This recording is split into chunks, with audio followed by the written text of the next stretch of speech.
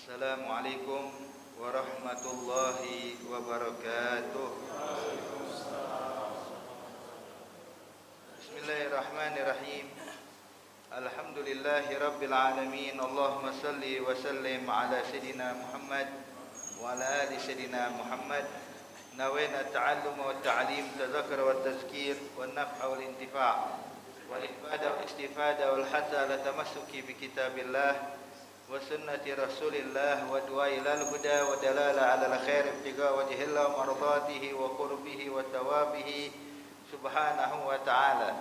Qala al-muallif al-imam an-Nawawi fi kitabih al-arba'in nawawiyya nafa'ana Allah bihi wa bi ulumihi wa bi ulumi sairi salihin bidarain amin ila anqal al-hadith as-sabi' wa 30 al-hasu ala fi'l al-khairat.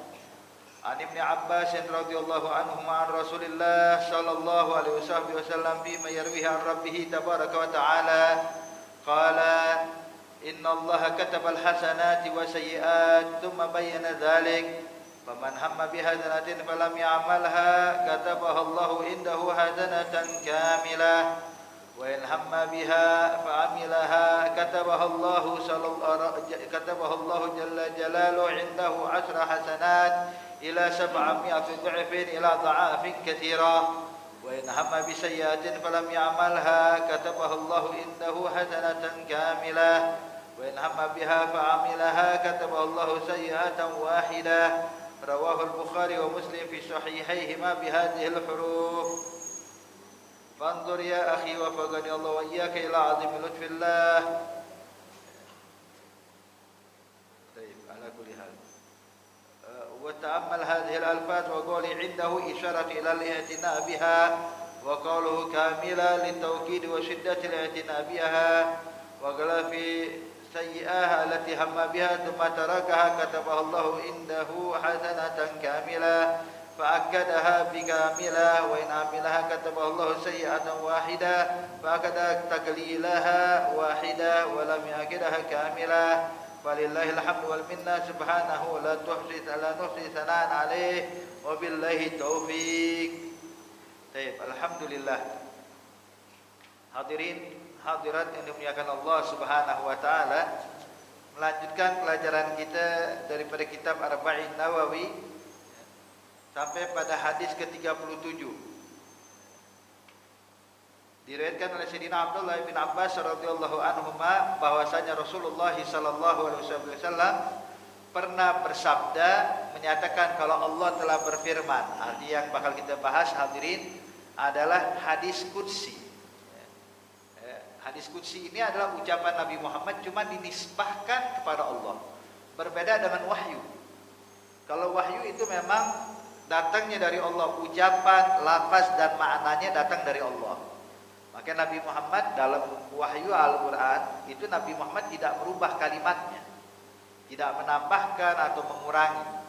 Tapi kalau dalam hadis qudsi itu adalah ilham dari Allah kepada Nabi Muhammad sehingga Nabi pun menyampaikan dengan bahasanya Rasulullah.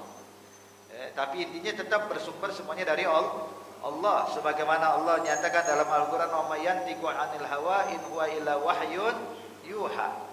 Jadi intinya perbedaan Al-Quran dengan hadis qudsi. Kalau Al-Quran itu lafaz dan maknanya dari Allah. Sedangkan hadis qudsi lafaznya dari Nabi Muhammad cuma maknanya dari Allah. Jadi ibaratnya Allah cuma memberikan ilham kepada Rasulullah, maka Nabi pun menyampaikan kepada umat dengan bahasa yang bisa dipahami oleh umat dengan mudah. Jadi datang lafaznya itu Nabi yang ngatur. Nabi yang menyampaikan. Tapi kalau Al-Quran enggak, sampai lafaznya dari Allah. Ucapan kul huwallahu ahad.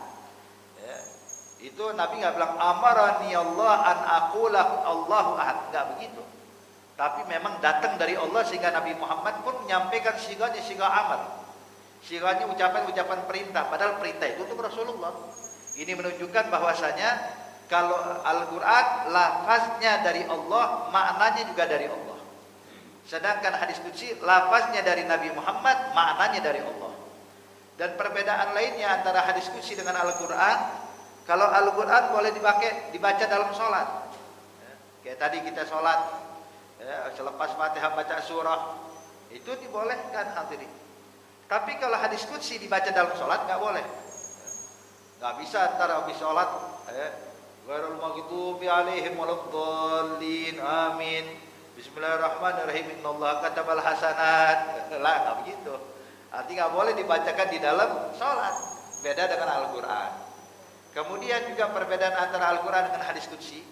Al-Quran dibaca dalam keadaan janabah, dalam keadaan junub, atau wanita dalam keadaan haid, berhalangan atau nifas. Tidak boleh membaca Al-Quran, diharamkan. Tapi kalau hadis qudsi dibolehkan, walaupun dia dalam keadaan haid, walaupun dia dalam keadaan nifas, walaupun dia dalam keadaan junub, dibolehkan membaca hadis qudsi, tidak diharamkan. Kemudian juga Al-Quran merupakan mukjizat, yang mana tidak satu pun makhluk yang bisa menuliskan sesuatu kalimat atau sesuatu ayat atau suatu surah yang mirip dengan Al-Quran. Bahkan bentuk mukjizatnya Al-Quran itu bukan satu surah yang panjang lah, 3 ayat, yaitu surah Al-Kautsar. Aqallu surah fil Quran suratul Kautsar, 3 ayat.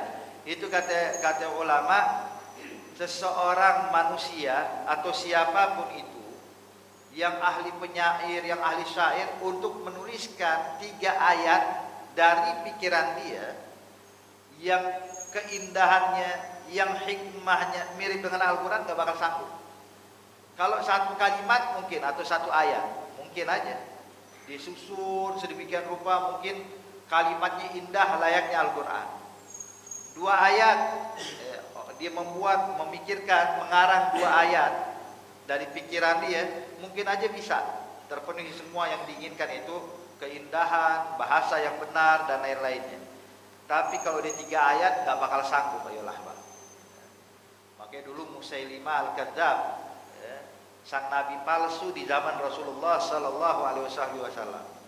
Jadi Musailimah ini, Pak, pernah didatangi oleh salah satu pengikutnya. Dia bilang, "Ya Musailimah, saya dengar Nabi Muhammad pernah diturunkan wahyu oleh Allah suratul Fil. Maka saya mau tanya, engkau kan juga nabi nih, engkau kan juga rasul menurut pengakuan daripada umatnya nih, pengikutnya Musailimah. Engkau kan juga nabi, apakah Allah juga turunkan kepada surah Al-Fil?" Maka Musailimah gengsi kalau bilang enggak. Orang kalau udah bohong sekali, ya bohong sekalian udah. Maka Musailimah mengatakan, "Oh iya, saya juga diturunkan oleh Allah surah Al-Fil." Lalu pengikutnya nanya, "Bagaimana tuh bunyinya?" Kita pengen dengar nih surah Al-Fil yang diturunkan Allah kepadamu ya Musailimah. Kita tahu surah Al-Fil, hadirin.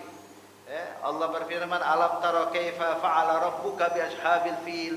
Alam yaj'al kaidahu fi tadlil wa arsala 'alaihim tayran ababil tarmihim bihijaratin min sijil faj'alahum ka'asfin ma'kul." Ada Quran yang diturunkan kepada Nabi Muhammad. Lalu kata pengikut Musailimah, kita pengen dengar dong surah Fil yang diturunkan Allah kepadamu ya Musailimah. Maka Musailimah pun menjawab, surah Fil yang diturunkan kepada saya adalah Bismillahirrahmanirrahim.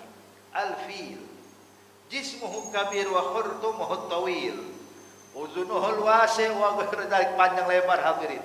Dia bilang Al-Fil, seekor gajah, badannya besar, belalainya panjang, kupingnya lebar. Ini kita bilang ini bukan ayat Quran. Anak kecil kalau bilang gajah itu apa, dia bakal bisa bilang seperti yang disampaikan Musailimah. Maka menunjukkan hadirin kalau Al-Quran itu mukjizat. Arti mukjizat di sini tidak ada satupun makhluk yang bisa membuat ayat-ayat layaknya Al-Quran, paling minimal 3 ayat. Kalau satu ayat beberapa kalimat disusun begitu indah layaknya satu ayat masih mungkin, Pak. Tapi kalau ada 3 ayat mustahil. Sebab wajhul i'jaz 3 ayat. Aqallu surah yang paling pendek itu suratul Kautsar. Baik. Tapi kalau hadis qudsi bukan mukjizat. Bukan mukjizat. Artinya siapapun ingin menyampaikan kalimat yang indah, tutur kata yang bagus, yang luar biasa, mungkin aja. Mungkinnya kita dapatkan ada beberapa ulama-ulama, mereka menyebutkan kalam-kalam hikmah.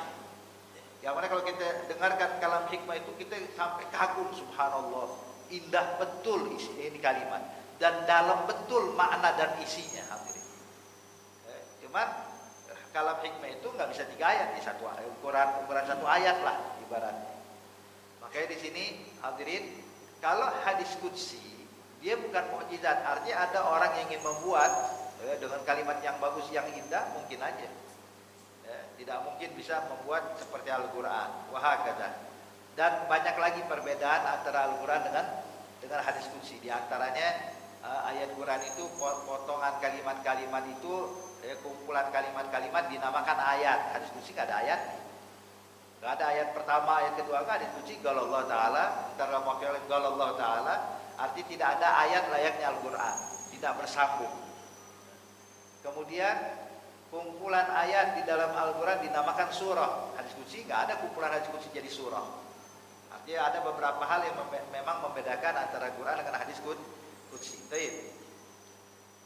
Intinya hadis qudsi ini maknanya datangnya dari Allah, cuman lafaznya, pelafalannya itu datangnya dari Nabi Muhammad sallallahu alaihi wasallam.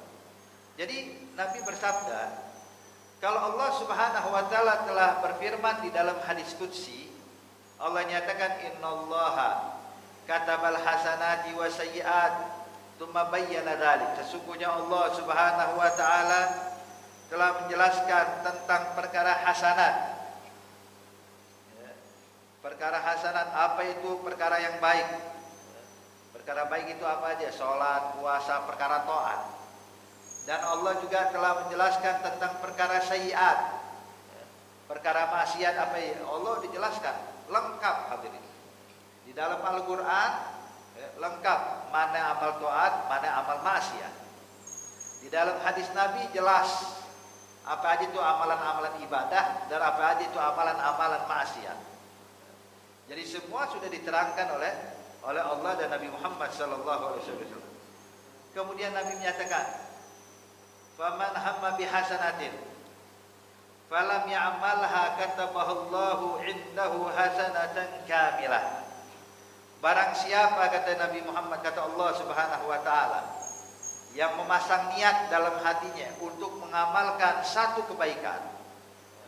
Niat dalam hati pengen melakukan, pengen mendirikan sholat, niat dalam hatinya ingin sedekah, niat dalam hatinya ingin menyambung tali silaturahmi, niat untuk membaca Al-Quran. Itu Bapak Ibu sekalian, baru niatnya aja udah diganjar pahala oleh Allah, walaupun dia belum beramal. Makanya di sini Nabi menyatakan, barang siapa yang memasang niat untuk melakukan kebaikan namun tidak dikerjakan, gak sempat dikerjakan, maka kata Nabi, dia akan mendapatkan ganjaran 1 pahala dari Allah.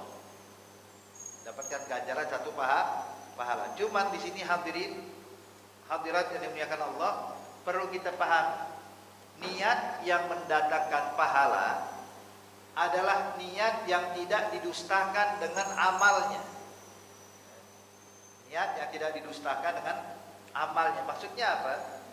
Kalau niat yang didustakan dengan amalnya, contohnya Pak, ketika seseorang bilang, saya ini Habib, insya Allah kalau saat ini barang saya laku, dagangan saya laris, saya dapat uang, atau nunggu nanti kalau gajian saya ya Habib, insya Allah sebagian harta saya mau sedekahkan buat masjid.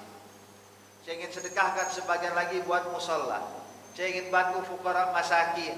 Saya ingin membantu anak-anak yatim. Artinya banyak niat yang sudah diniatkan sama dia. Niat sedekah buat masjid, sedekah buat musola, sedekah untuk fakir miskin, sedekah buat anak-anak yatim. Artinya dalam hatinya dia udah banyak niat. Namun ketika duit sudah dipegang, uang udah masuk kantong, lupa dengan semua niatnya. Wala sedekah, wala bantu fuqara masakin. Mulai alasan banyak, waduh saya ini banyak kebutuhan sekarang, pengen ini, pengen itu, akhirnya gak sepeser pun disedekahkan. Yang kayak begini hadirin, amalnya telah mendustakan apa yang diniatkan. Berarti niatnya dia tidak mendapatkan pahala. Kenapa? Sebab terbukti ketika dia mampu untuk menjalankan, tidak dijalankan oleh dia. Maka yang kayak begini gak dapat pahala. Jadi yang dapat pahala itu adalah kalau seandainya dia niat tapi tidak dia amalkan karena uzur, karena gak punya kemampuan, cuma niat doang, ini baru diganjar satu pahala oleh Allah.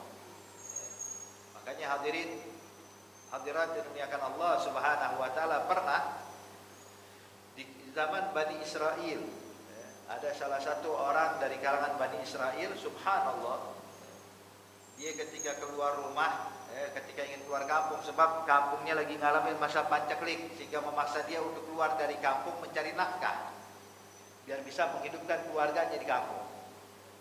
Ketika dia baru keluar dari gerbang kampung, kaget, kenapa? Di hadapan dia bukit pasir menjulang tinggi. Sebab kita tahu kalau daerah padang pasir itu, Bu, yang namanya bukit pasir itu setiap waktu itu bergeser. Jadi bukan bukit pasir di jalan, bukan. Karena ketiup angin sehingga sedikit terkikis pindah ke satu tempat. Dan ketiup angin akhirnya gunung atau bukit pasir yang kita lihat mungkin bulan lalu di sebelah sana, mungkin bulan ini udah ada di hadapan kita. Mungkin bulan depan ketiup angin lagi udah sampai sana, hadirin. Jadi seakan-akan di bukit pasir jalan, padahal nggak jalan. Karena ketiup angin, hembusan angin akhirnya memindahkan tumpukan pasir itu. Walhasil, ketika dia keluar dari kampungnya dengan tekad untuk mencari nafkah buat keluarganya, dia melihat tumpukan pasir yang menjulang, sampai dia pun terheran-heran melihat bukit pasir yang begitu besar. Kemudian dia bilang dalam hatinya, ya Allah, kalau seandainya ini bukit pasir berupa gandum, maka saya bakal sedekahkan semuanya buat orang-orang di kampung saya. Kesian mereka lagi pada kelaparan. Kalau ini gandum aja punya saya gandumnya, kalau saya bagiin gak ada orang kelaparan di kampung saya. Akhirnya setelah dia niat kayak begini, jalan. Sebab memang pasir gak berubah jadi gandum, hadirin. Cuman dia niat kalau seandainya ketika dia berjalan untuk mencari nafkah, maka Allah sampaikan wahyu di zaman kepada Nabi di zaman tersebut. Allah katakan kepada ini Nabi, ya Nabiku, sampaikan kepada orang tadi, bilang sedekahnya sudah saya terima, kata Allah. Apa yang dikeluarkan? Gak ada yang dikeluarin. Las peser dikeluarkan, olah sekilo gandum, olah seperempat gandum, hadirin. Cuma niat. Jadi orang yang pasang niat cuma gak kesampaian, niat baik cuma gak kesampaian, tetap dihitung pahalanya oleh Allah Subhanahu wa taala. Ini kalau gak kesampaian, niat doang tapi gak diamalin karena uzur ya. Tapi hadirin, Nabi menyatakan bahwa Allah menyatakan, dan barang siapa yang niat untuk melakukan kebaikan kemudian dia amalkan, artinya benar-benar dipraktekkan apa yang diniatkan, dikerjain. Dia niat sedekah, benar sedekah. Dia niat sholat, dia lakukan sholat. Dia niat puasa, dia lakukan puasa. Artinya mengamalkan apa yang diniatkan. Maka kata Allah nyatakan, kata Allahu indahu asra hasanat, maka Allah Subhanahu wa taala akan menuliskan 10 pahala untuk dia. Allah kasih langsung 10 pahala. Kemudian 10 pahala dilipat gandakan oleh Allah menjadi 700 kali lipat. Kemudian dilipat gandakan lagi oleh Allah sampai tidak terhitung jumlahnya. Artinya amalan yang sedikit, hadirin, kalau dengan niat yang tulus kepada Allah Subhanahu wa taala, lihat, kita bakal mendapatkan pahala, bukan satu pahala, tapi 10 berubah jadi 700, berubah dari jumlah yang banyak yang tidak bisa lagi dihitung. Subhanallah. Itu lihat.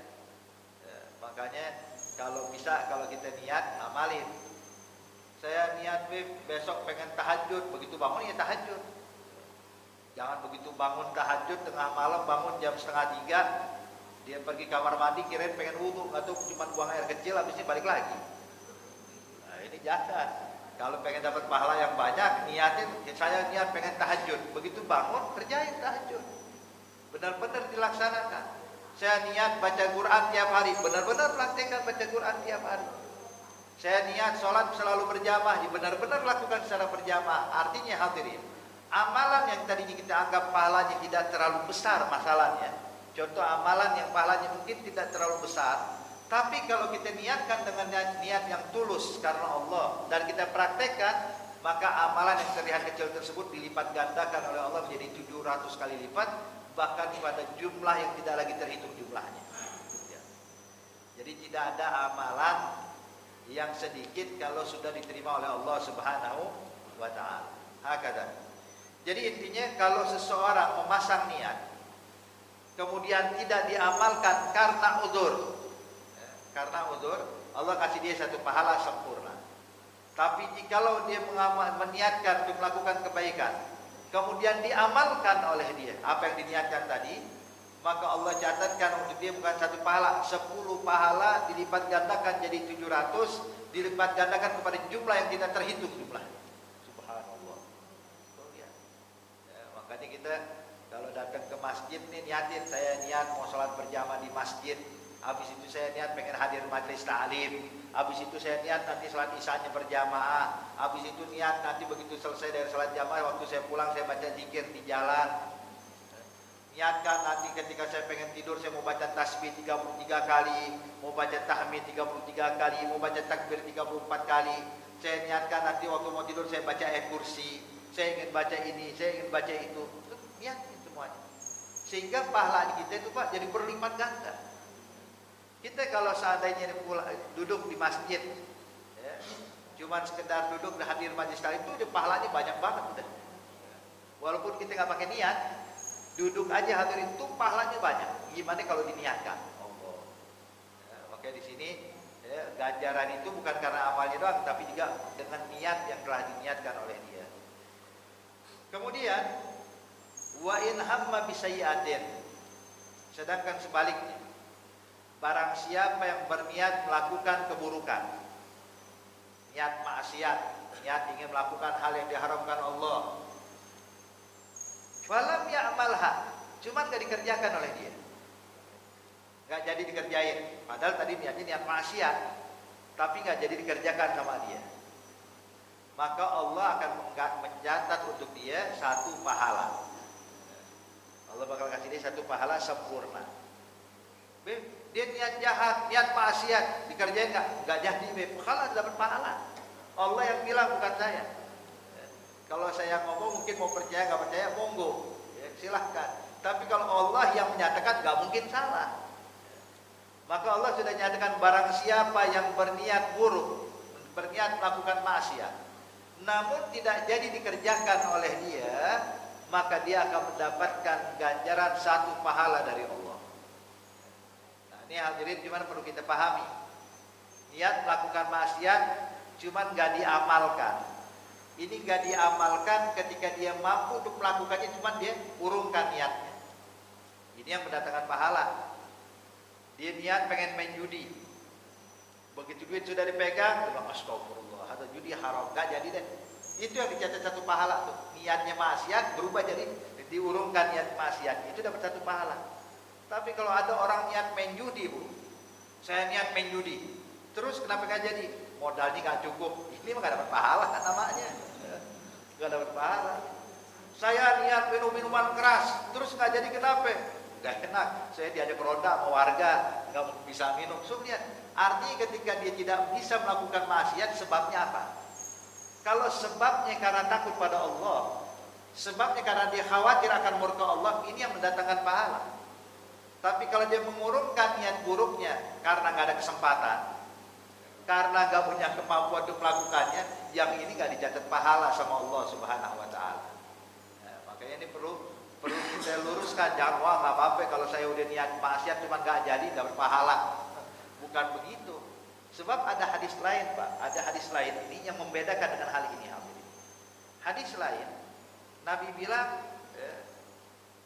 orang itu terbagi menjadi 4 kata Rasulullah. Yang pertama, seseorang yang punya harta, hartawan, kemudian dia menggunakan hartanya untuk kebaikan. Dia sedekahkan, dia bantu fuqara masakin, maka Allah Subhanahu wa taala akan memberikan ganjaran yang besar untuk orang seperti ini. Sedangkan yang satu lagi, dia tidak punya harta, gak punya uang, gak punya harta seperti orang kaya tadi. Cuman dalam hati dia pasang niat, ya Allah, kalau saya punya kekayaan layaknya orang ini, seperti orang yang hartawan ini, seperti orang yang dermawan ini, ya Rabb, saya juga bakal mengamalkan hal yang sama, uang saya yang saya punya bakal saya sedekahkan. Maka kata Nabi, kedua orang itu dalam pahalanya sama. Pahalanya sama. Yang satu sedekah, yang satu kagak sedekah. Cuman masalahnya kenapa gak sedekah? Sebab dia gak punya uang. Dia bilang kalau saya punya uang seperti orang ini saya juga bakal sedekah. Cuman saya gak punya, apa daya. Ketika orang pada pergi haji, saya juga pengen pergi haji, cuman gak bisa pergi haji. Kenapa? Sebab belum punya modal, belum punya uang. Maka orang kayak begini walaupun dia gak pergi haji Pak, dapat pahala haji juga. Enak, makanya kalau kita nggak punya duit mah niatin yang banyak udah. Ini pergi haji nggak conin, wah belum, yang penting niat dulu, niatin. Ya Rob, kalau saya punya duit, layak ini orang saudara-saudara yang pergi haji, saya juga pengen pergi haji ya Rob, cuma saya nggak punya. Kalau niat kayak begini Pak, itu dia dapat pahala haji dari Allah Subhanahu Wa Taala. Enak.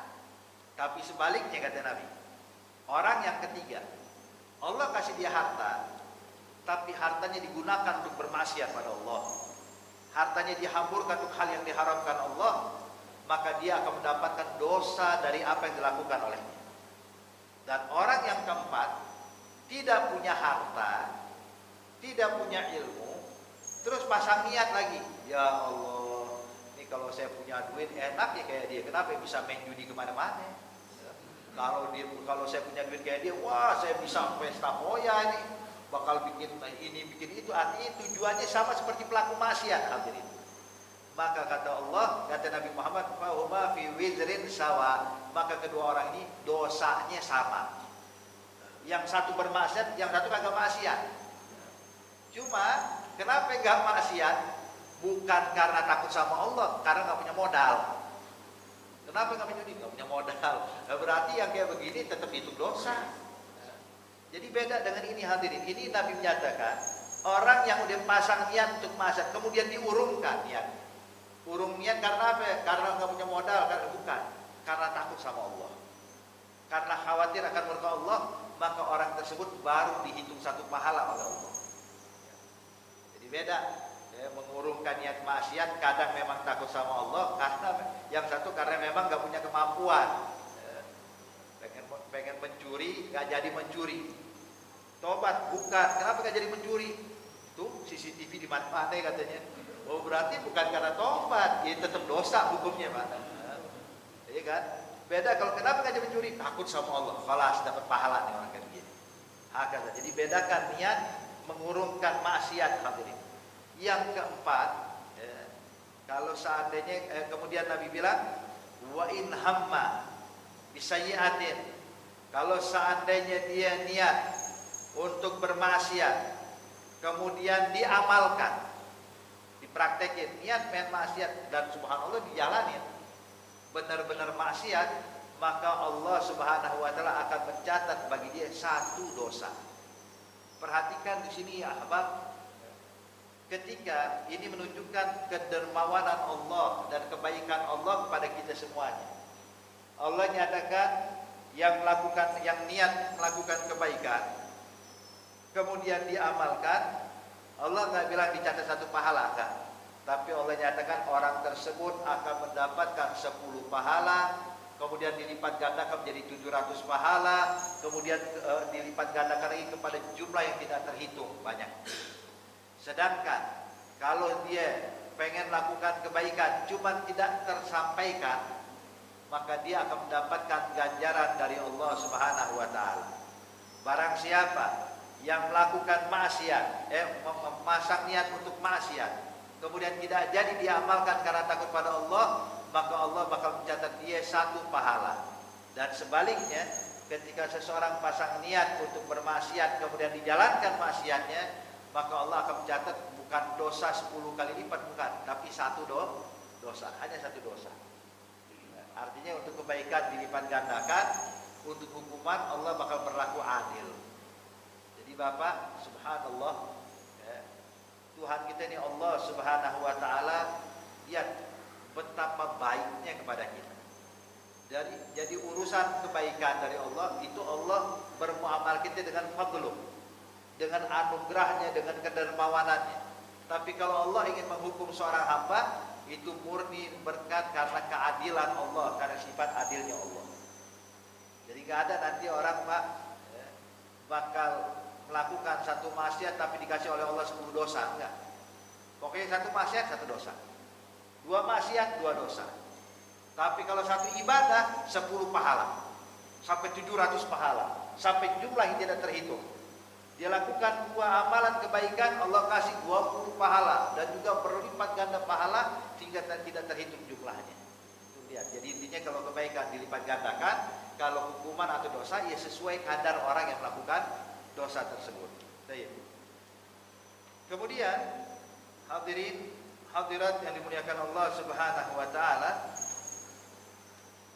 hadis yang berikutnya, hadis ke-38, diriwayatkan oleh Abi Hurairah radhiyallahu ta'ala anhu qala Rasulullah sallallahu alaihi wasallam innallaha ta'ala qala man 'ada li waliyan faqad azantuhu bil harb wa ma taqarraba ilayya 'abdi bi syai'in ahabba ilayya mimma aftaratu 'alaihi wa la yazalu 'abdi yataqarrabu ilayya bin nawafil hatta uhibba fa idza ahbabtuhu kuntu sam'ahu alladhi yasma'u bihi wa basarahu alladhi yubsiru bihi wa yadahu allati yabtishu biha wa rijlahu allati yamshi biha wa in sa'alani a'taituhu wa la in ista'adani la'u'idanna rawahu al-Bukhari. Hadis berikutnya diriwayatkan oleh Abu Hurairah radhiyallahu ta'ala anhu arda, bahwasanya Rasulullah sallallahu alaihi wasallam bersabda, kalau Allah Subhanahu wa taala telah berfirman, sama nih hadis qudsi juga hadirin. Jadi ini juga merupakan hadis qudsi sebagaimana tadi sudah kita jelaskan pengertian hadis qudsi dan perbedaannya dengan Al-Qur'an. Baik. Jadi Allah berfirman dalam hadis qudsi, "Man 'ada li waliyan faqad adzantuhu bil harb." Allah nyatakan barang siapa yang mengganggu waliku atau mengganggu kekasihku, mengganggu orang-orang pilihanku, maka kata Allah, adzantuhu bil harb, saya kumandangkan perang kepada orang itu. Jadi Bapak Ibu sekalian, ada 2 jenis maksiat yang diperangi oleh Allah bagi pelakunya. Artinya kalau pelakunya menjalankan, kalau ada orang menjalankan ini, maka ambil kabar orang ini bakal diperangi Allah. Dan kalau sudah diperangi oleh Allah, maka mustahil dia bisa meninggal dalam keadaan husnul khatimah. Pasti su'ul khatimah, naudzubillah min. Makanya kenapa? Sebab diperangi Allah. Husnul khatimah itu anugerah. Husnul khatimah itu adalah hadiah dari Allah kepada seorang hamba. Hadiah nggak mungkin diberikan kepada pelaku maksiat. Hadiah nggak mungkin akan diberikan oleh Allah kepada musuh-musuhnya Allah. Maka di sini ada 2 maksiat yang pasti diperangi oleh Allah. Apa itu? Yang pertama, mengganggu para aulia, mengganggu kaum salihin dengan ucapan, dengan perbuatan, dengan perilaku, sama. Yang kedua, hadirin, yang diperangi oleh Allah siapa? Yang diperangi oleh Allah yang kedua adalah pemakan riba. Bagaimana Allah nyatakan di dalam Al-Qur'an ya. Allah Subhanahu wa taala nyatakan kalau tadi mereka enggak mau meninggalkan riba, fa'adzanu biharbim minallah. Ambil kabar Allah perangi itu orang. Kalau disuruh ninggalin riba masih ngotot pengen riba terus, menguntungkan dengan harta riba, maka yang kayak begini adalah orang yang diperangi Allah. Yang kedua itu pengganggu para aulia. Kalau kita tanya siapa sih para aulia itu, hadirin? Tentunya hadirin hadirat yang dimuliakan Allah Subhanahu wa taala, kalimat wali ini, Bu. Wali itu adalah seseorang yang segala urusannya itu diatur dan ditanggung oleh Allah Subhanahu wa taala. Arti kaum salihin. Orang-orang yang sangat dekat dengan Allah sehingga itu mendapatkan perhatian khusus dari Allah.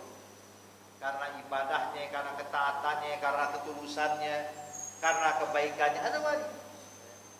Dan ciri-ciri wali gak pernah ninggalin sunnahnya Nabi Muhammad. Cirinya wali, Pak, nanti saya bakal dijelaskan setelah ini, adalah orang-orang yang benar-benar tuh berpegang teguh di jalan istiqomah. Istiqomah dalam kebaikan, istiqomah dalam ketaatan, ada cirinya wali. Jadi ingat Bapak, cirinya aulia, cirinya wali itu adalah orang yang istiqomah, bukan orang yang bisa terbang di udara. Bukan orang yang bisa jalan di atas air. Sebab kalau bilang yang bisa terbang di udara wali, ya kita bilang kalau begitu semua lalar jadi wali semuanya ya. Bahkan Pak Bu, ini pernah kejadian, ada di beberapa daerah, beberapa negara, mereka bukan penganut agama Islam, tapi subhanallah memiliki sesuatu yang menakjubkan, yang luar biasa. Sebab hadirin, ulama kita menyatakan, kita ini kalau melihat orang melakukan hal yang menakjubkan, yang di luar nalar kita, yang mana akal kita sampai bingung kok bisa dilakukan ini, bukan karena sulap atau yang lainnya ya, tapi karena memang terbukti dia melakukan sesuatu yang menakjubkan, itu semua hadirin modalnya satu, apa itu? Selagi dia bisa menaklukkan hawa nafsunya, apapun agamanya bakal Allah kasih kelebihan buat dia. Jadi bukan cuma orang Islam atau non Muslim. Makanya kita lihat di India sana hadirin ada para petapa-petapa, kadang sampai setahun 2 tahun nggak makan, tapi tetap hidup. Coba kalau kita jangankan setahun, seminggu nggak makan udah, waduh. Jangan seminggu, 3 hari nggak makan nggak kuat kita. Tapi mereka kok bisa bertahan sampai 1 tahun, nggak makan, nggak minum, bahkan tidak tidur sama sekali. Ada. Ini kan kalau kita lihat kok bisa ya orang seperti ini bisa melakukan, bisa bertahan hidup, tidak ada mengeluh lapar, tidak mengeluh kehausan, tetap normal, dia bertapa dan seterusnya. Hadirin, ini karena dia menolak, bisa menaklukkan hawa nafsunya apapun agamanya.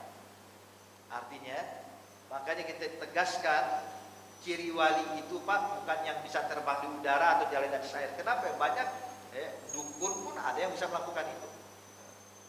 Terus siapa wali tersebut? Wali tersebut adalah orang yang istiqomah dalam taat pada Allah. Ketika dia taat pada Allah, istiqomah dalam menjalankan ketaatan, ini wali. Walaupun gak pernah terlihat di terbang udara, walaupun hadirin, selagi dia tahu dia istiqomah dalam kebaikan, ini wali min auliyaillah. Ini cirinya wali itu begitu. Jadi kita nggak bisa bedakan ini wali ini bukan ya. Cuma ciri-cirinya kita tahu.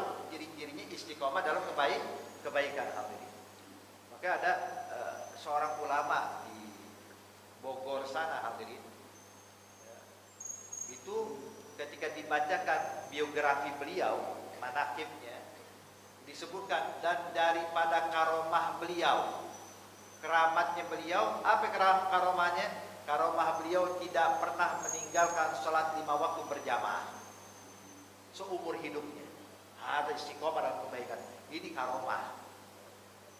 Kalau kita kan kadang pengen rutinnya pengen sholat 5 waktu berjamaah, tapi kadang-kadang ada aja ya.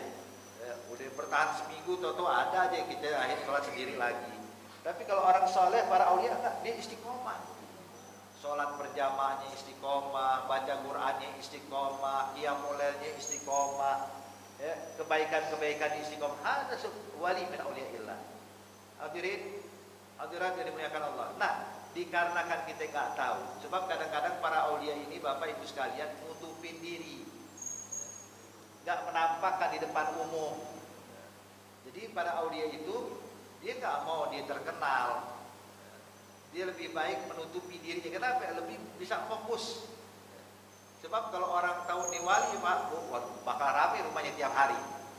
Jadi orang pengen ibadah jadi keganggu sama orang. Makanya dia pilih mendingan orang gak ada yang tahu. Kenapa? Biar bisa fokus ibadah, biar bisa fokus dekat dengan Allah. Ini sifatnya para aulia.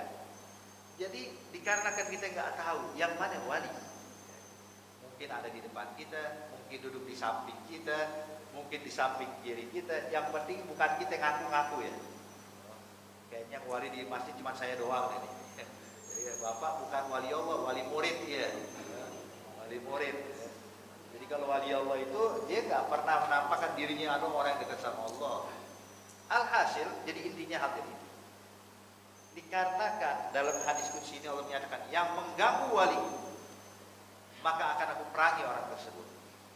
Artinya apa di sini hadirin yang bisa kita pahami? Dikarenakan kita nggak tahu siapa wali Allah yang ada di sekitar kita, maka ini jangan pernah ganggu manusia manapun. Jangan pernah ganggu orang-orang sekitar kita, baik dengan ucapan ataupun perbuatan. Kenapa? Sebab terkadang dialah wali Allah kita nggak sadar hadirin. Kita nganggap orang biasa, tetangga, saya kenal betul siapa dia. Ya kita cuma lihat beliau di depan rumah atau di luar rumah, tapi di dalam rumah bagaimana hubungannya dengan Allah kita nggak tahu. Waktu tahajud kita nggak tahu bagaimana tahajudnya, berapa rakaat yang dikerjakan sama dia. Bagaimana sujudnya waktu tahajud kita nggak pernah lihat. Kita cuma kenal orang yang di sekitar kita nih. Begitu keluar rumah kita kenal dia. Nah, makanya di sini hadirin terkadang para aulia begitu. Dia berbaur dengan masyarakat, tapi ketika dia sendiri fokus hanya untuk Allah Subhanahu wa Ta'ala. Jadi intinya yang gampang jangan pernah ganggu siapapun. Kenapa? Sebab kemungkinan dia wali min auliyaillah. Akhirnya sayang-sayang cuma kita pengen ngeremehin tetangga, pengen meremehkan orang sekitar, ingin merendahkan mereka dengan ucapan-ucapan buruk kita. Ternyata itu orang tersebut adalah wali min auliyaillah, akhirnya kita lah yang bakal dapat diperangi oleh Allah. Nauzubillah min dzalik. Ada contoh hadirin kayak Uwais bin Amir Al-Qarni, tentang seorang tabi'in. Nabi pernah nyatakan ini Uwais, kata Rasulullah, majhulun inda ahli al-ard, masyhurun inda ahli sama. Penghuni bumi kadang kenal siapa Uwais. Uwais dianggap orang biasa. Tapi penghuni langit kenal betul siapa Uwais. Sampai Nabi pun puji Uwais. Sampai Rasulullah berkata pada Sayyidina Umar di bawah Sayyidina Ali, "Ya Umar, ya Ali, idza laqaitum Uwais bin Amir Al-Qarni, fatluba minhu du'a lakum." Nabi bilang, "Hai Umar bin Khattab dan juga Sayyidina Ali bin Abi Thalib, dua sahabat besarnya Rasulullah. Kalau kalian nanti berjumpa dengan Uwais bin Amir Al-Qarni, minta doa ya dari Uwais buat kalian berdua." Sudah. Sahabat disuruh minta doa dari seorang tabi'in, dari seorang Uwais. Itu keseharian Uwais, hadirin hadirat yang dimuliakan Allah Subhanahu wa Ta'ala, benar-benar orang nggak ada yang tahu. Bahkan kadang itu anak-anak kecil, ya, mereka kalau melihat Uwais tuh ngambil batu ditimpukin Uwais, hadirin. Uwais tuh ditimpukin. Sampai Uwais tengok kepada anak kecil yang melempari batu kepada dia.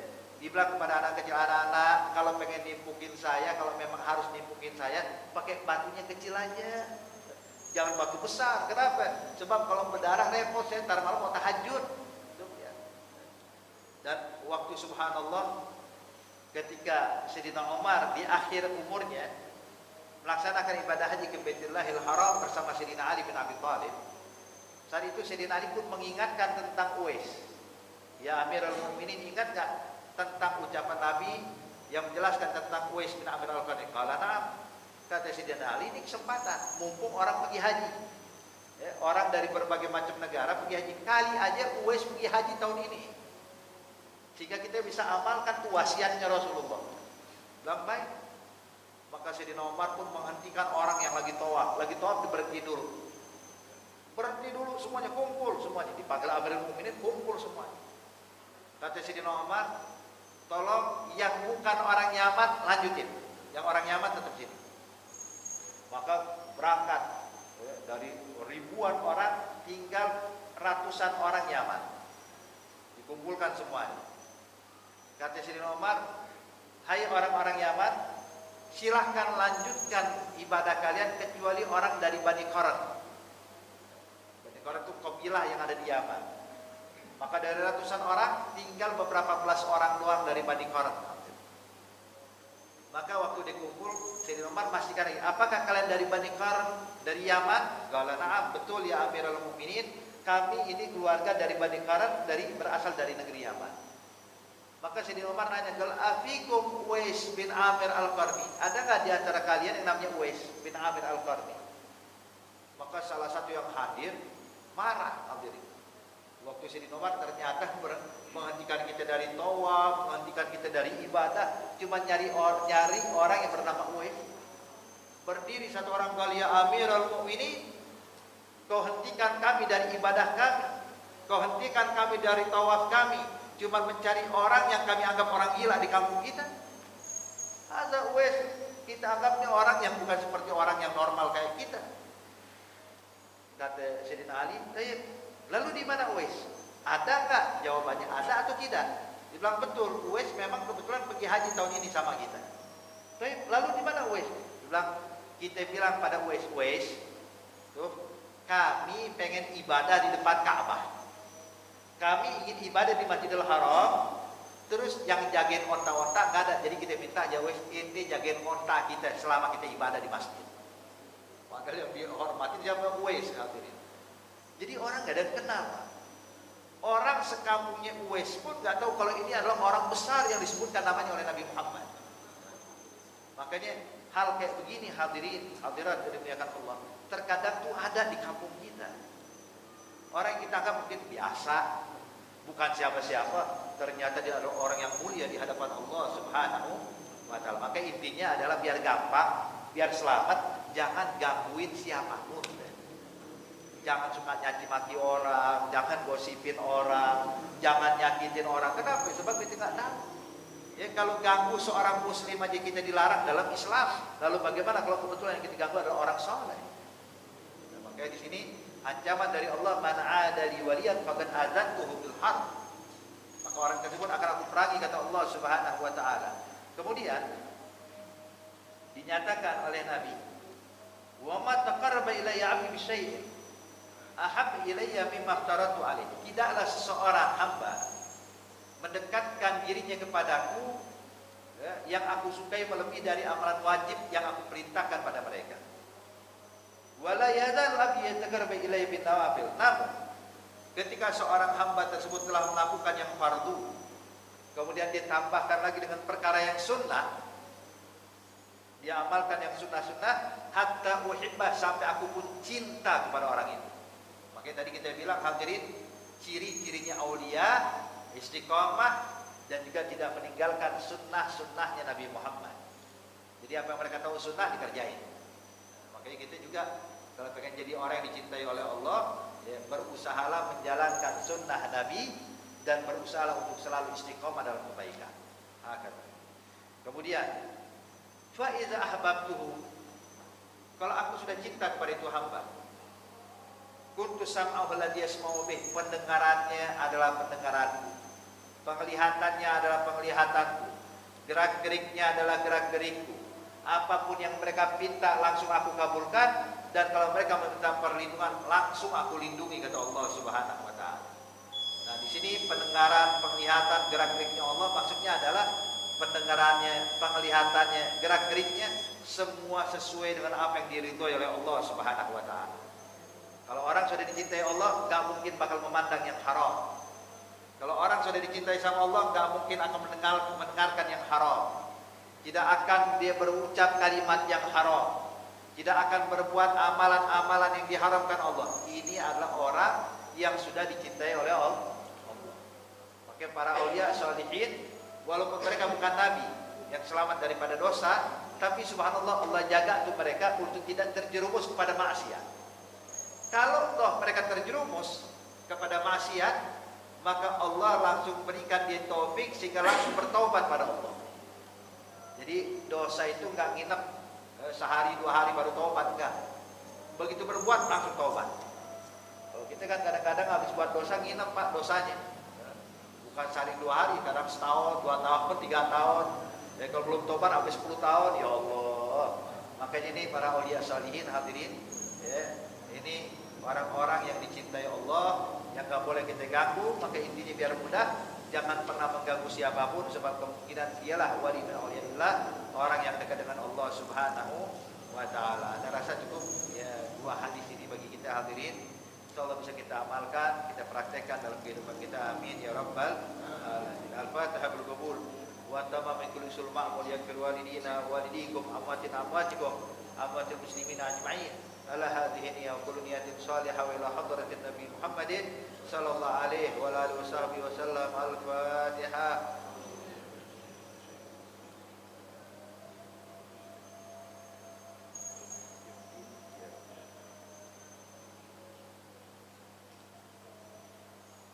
Rabbana taqabbal minna innaka antas samiul alim wa tub alaina innaka antat tawwabur rahim.